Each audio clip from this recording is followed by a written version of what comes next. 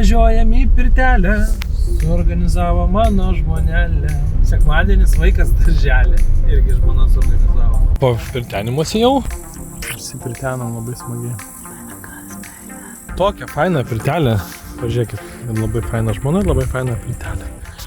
Tokia visiškai paprasta, jeigu tokia įkeltumį kokį ten žinionių formą, sakytų, ai, čia ten stogas, ten kažkaip. Bet taip gerai, ten viskas labai gerai, jokių problemų. Labai fainai, va taip paprastai. Gyvena vyras su žmona, kurie yra pirtininkai. Jų nebuvo, dėl to mes ėjom vogti jų pomidorų. Labai skanus pomidorai.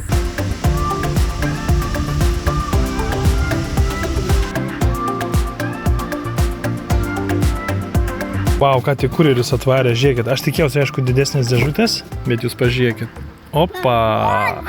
Čia yra tikras varis ir taip neblizgės, nors jis dabar nupoliruotas. Čia yra lempa. Čia yra sieninė lempa, jinai taip dedasi. Trūkumas tai gal, kad tik cokolis yra 14. Ir jinai spalviškai nutamsies, kaip varis. Nu, tokia spalva va pasidarys, pilka tokia. Einam slapčia paklausyti žmonos naujos dainos.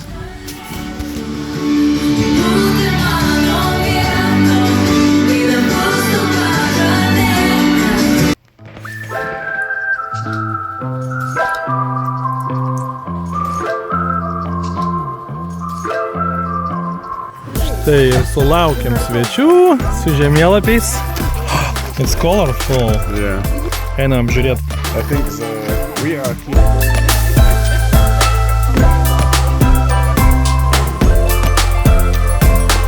Vasara neamžina, chebrytė. Miegam palapiniai.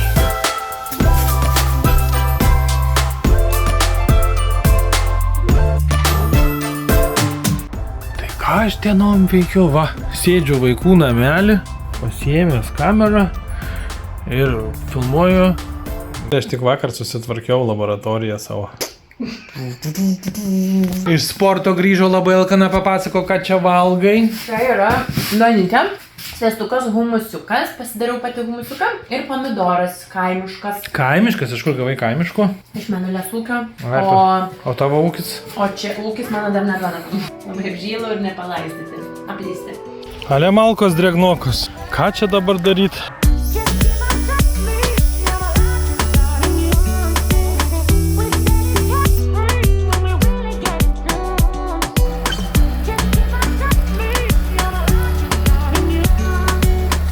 Ką aš ten su savo traktoriuku pjaunu, nespėjo nupjaut tą taugą. Tai kaimyną paprašiau, biškį rimtesnis pasi traktorius. O ryte ateina matininkas ir įsinomavo tokį įrankį, kur ieškot, kur laidai, nes ten yra laidai, o žemė pražmaitina viską. Čia kur yra, aš nebeatsimenu.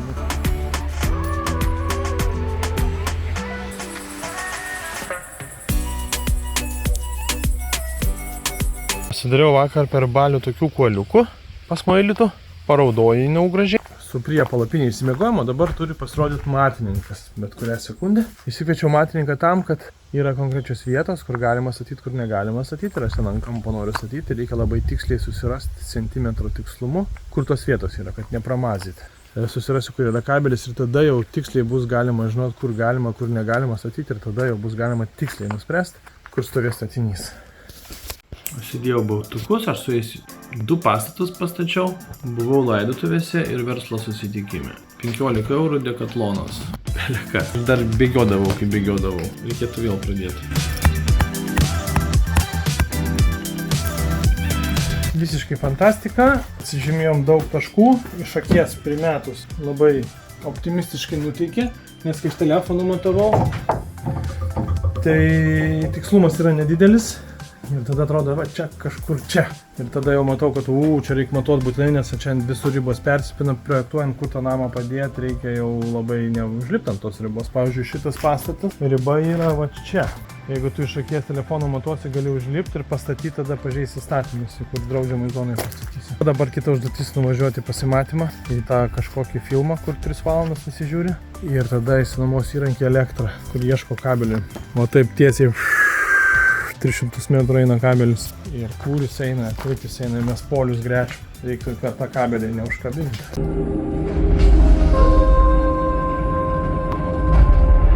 Pažiūrėjau filmą, prastai, kentėt galima. Su ChatGPT paklausiau, kuris rimtesnis iš visų nuomojamų. Sako, šitas geras variantas. Šitas kainuoja nuomą apie 3, šitas apie 2. Aš jo nenuomavau, bet prie to pačio įmetė. Vyrai nesusigaudė. Labai geras nuomas punktas. Storent. Kaip čia jau naudotis? Darau testą. Einu, kur tikrai žinau, kur yra kabelis.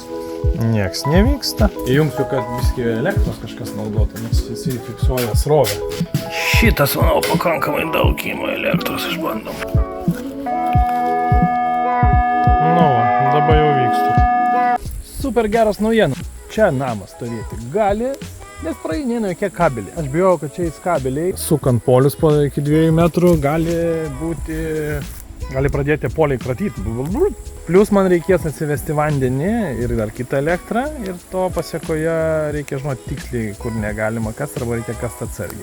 Man čia kol biškai pasivaikščiau, tai laukas visas sušilo nuo šito.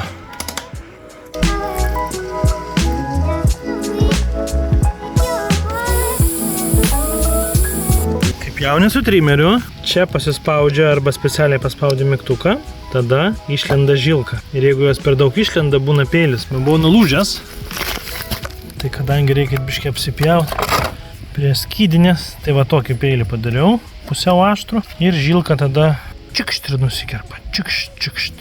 Čia ir didžiausias ąžuoliuks mano sklype. Ąžuolai lėtai auga. Nes čia yra mano dėžukė va tose krūmuose.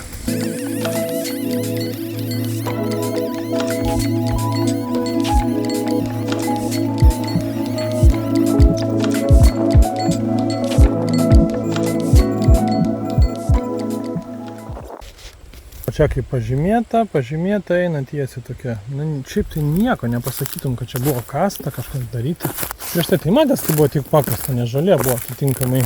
Čia neaugo, buvo galim praeiti kaip takelis. Be to aparato niekaip neiškaptyti. Nu, kaip reikalai dėliojasi, atvežiau į nuomos punktą, jau atvežiau tą detalę ir gavau pranešimą iš Latvijos, kad reikalai stabdosi, ten tokios kliūtis, anokios kliūtis ir kad pajudėsim tik kitais metais greičiausiai. Bet žiūrint pozityviai, tai aš džiaugiuosi, kad kaip ir plius minus šitas visas sujudėjimas leido pamastyti ir galbūt net apsispręs, kad man savo pirtį visgi statyti toj lokacijai. Žiūrėsim, kaip čia reikalai pajudės, o dabar važiuoju pasimti ekologiškų daržovių iš Mėnulės ūkio. Geras, koks chill senamiestis, kaip Kaune. Nieko, tai rugsėjo 1 čia prasidės.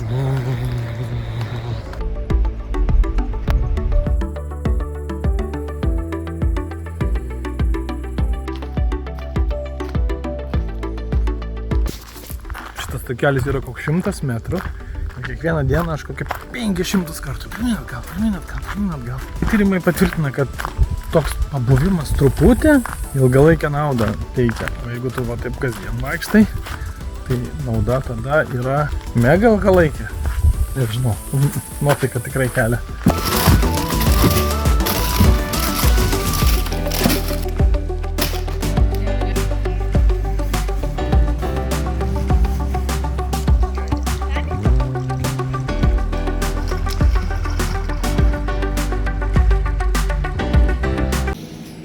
Pažiūrėkit, kokios čia daržovytės, morkos, kiek daug saldžiausių pomidorų.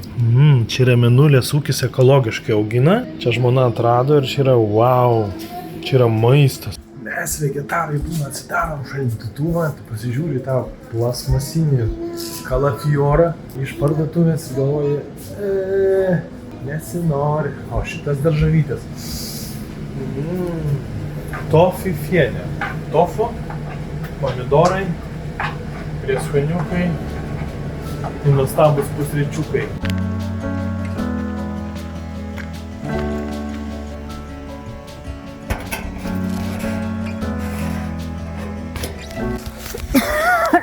Likus valandai iki klientam atvažiuojant, nusprendžiau katilą tvarkyti. Tai aišku, kaip iš šito. Dabar čia išpučiau jau visas dulkes. Pirkau dalis, netiko viena, o vieną tokią pakeičiau nuorintojas. Taip atrodo katilas. Šį čia pakeičiau. Gerai, ir šitą. Norėjau pakeisti, bet netiko, kur užsakiau, tai tik gumelės pakeičiau. Ultragarso vonelį pravaliau viską su rūgštim ir kaip naują įsukau, liktais nebevarva, čia varvėjo ir čia varvėjo. Nu į ką, likus 12 minučių, kai atvažiuojant svečiams, pasileido, dirba, sutvarkiau vieną, pradėjo varvėti kitur. Supratau, kad tie norintojai kišasi ir varva. Aš jį dabar užsukau, nes jeigu atsuki, pradeda kapsėti, glikolis graužia rankas. Čia mano transportas. Nes bėda buvo tame, kad čia pastoviai dingdavo. Vasarą beveik nėra tokių momentų, kad būtų laisva diena ir aš dar laisvas. Tai čia taip reikalai pasikeitė, tai ištaikiau progą, bam, sutvarkyta, pliusas uždėtas. Fu, tai pastoviai nešiuojas, jo reikia. Už tas dalis sumokėjau, prašau, 8 eurų, 7 eurų maks vertus. Ir tai dar viena netiko, seną panaudojau. Tapečio 100 eurų mokėjo. Bet jie vis dirba, jisai 15 tonų karšto vandens ruošia. O čia pažiūrėkit, net yra 378 ir kyla, nes tik paleidau. Ir paspaudė mygtuką ir fūrą pripilė. Tai mes tuo fūrų belia kiek žmonės maudos. Tai mažiausiai 15 tonų karšto vandens gaunasi per mėnesį. Kubų, 15 kubų karšto vandens. Ir dirba jis. O čia ta garsioji vonelė, kur įdėjau į čia ta rūgštis. Citrinus, įdėjau tą žalvarinę detalę, labai greit išblizgėjo. Tarėmės, kad galbūt čia My Cabin trobelė atsidurtų, tik kad reikalai statosi, gali būti, kad tai jeigu atsitiks, tai tik kitais metais. Aš jau planavau čia labai skubiai vandenį, elektrą, viskų Miškiai jungiau kitą pavarą šito klausimu. Rytoj pirtis, su pampinė važiuosiu pirti pas savo gūrų Igną, pirties gūrų. Bet lygiai taip pat dabar rimčiau imsiuosi savo pirties projektą. Ir kas jau mane seka, tai matėt, kad aš tas pirties vietas ieškau ten, gal dar ten 3 tokias. Bet man asmeniškai ten labiausiai patiko. Žmona sakė, ne, ten reikia. Nu gerai, žmona sako, reikia klausyti ten. Bet dabar žmona sako, visgi ten visai gal ir neblogai, o tas yra Kodėl? Todėl, kad aš savo pirtelę naudosiu kaip showroom. Gali dažnai žmonės ir pažiūrėti. Ir ką iš to My Cabin įkūrėjo, man labai patiko subendrauti, nes tai labai susiję yra su ta veikla, kurią aš darau, jis stato namus, aš noriu pirtelę statyti. Tai man buvo labai įdomu išmokti. Ir ką aš iš jo išmokau, kad labai svarbu, kad tas tavo demo namas ar pirtis stovėtų įspūdingoj vietoj ir labai gražiai atrodytų. Ir tada atvažiuoja žmonės, pasižiūri, dažniausiai vyras su žmona atvažiuoja, tarkim, ir žmona sako, kokia graži pirtė. Nu ir tada jau vyras deda parašą. Žmona padarė traškės cukinijas tešloje. O cukinijas iš Mėnulės ūkio. Bet tokios gražios cukinijos dar liko. Nu, kad jau šitą išsitraukiau, žmonos purkštukas valytuvu. Kažką ten taip grubiai meskim. Ir duokim garo.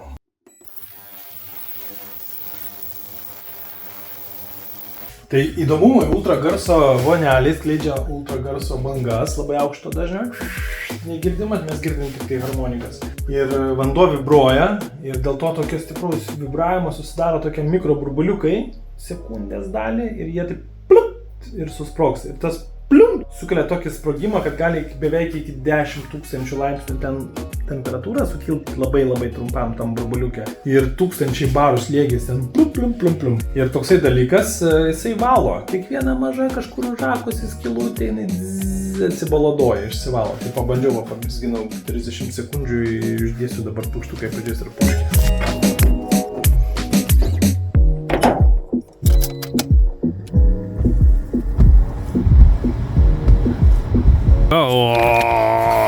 Ir grietinėlė. Davai, išpuršk.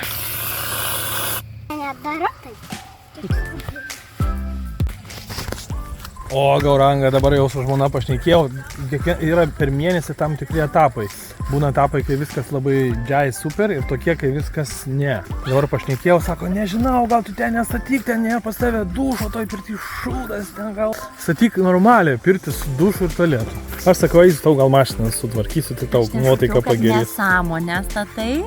Aš sakiau, kad man reikia dušo ir tualeto ir manau, kad moterims yra smagiau pirtis su dušu ir tualetu. Net nebejoju. Bet tai nuo tavo mašiną patvarkysiu. Žodžiu, dėl tos lokacijos vėl nebeaišku man, kur aš ją statysiu. Kitais metais sugalvosiu. Mano pirties konceptas, kad yra kalnų užšalanti pirtelė. Kaip kalnuose, kaip tradiciškas fomiškai, jinai tokia tipo lengvų rastų, jau iš karto sakys, ne rastas, tai ne 15 compas, tai tik 6. Lengvų rastų, nerastų, lengvų rastų. Iš bakelio vandenį užsukai, kelias malkutės įmetei ir išeini. Ir nereik tau nieko, jokių ten santechnikų čia liekti, užsakyti, taisyti. Nieko nereik, tai yra tokia pirtelė 20 metų nereikalauja rūpesčių iš tavęs, išskyrus po 10 metų perdažyti. Geriau, jeigu nori, kad jau labai čistai atrodo, tai kas 7. Ką, reik tą mašiną biškį apiplauti?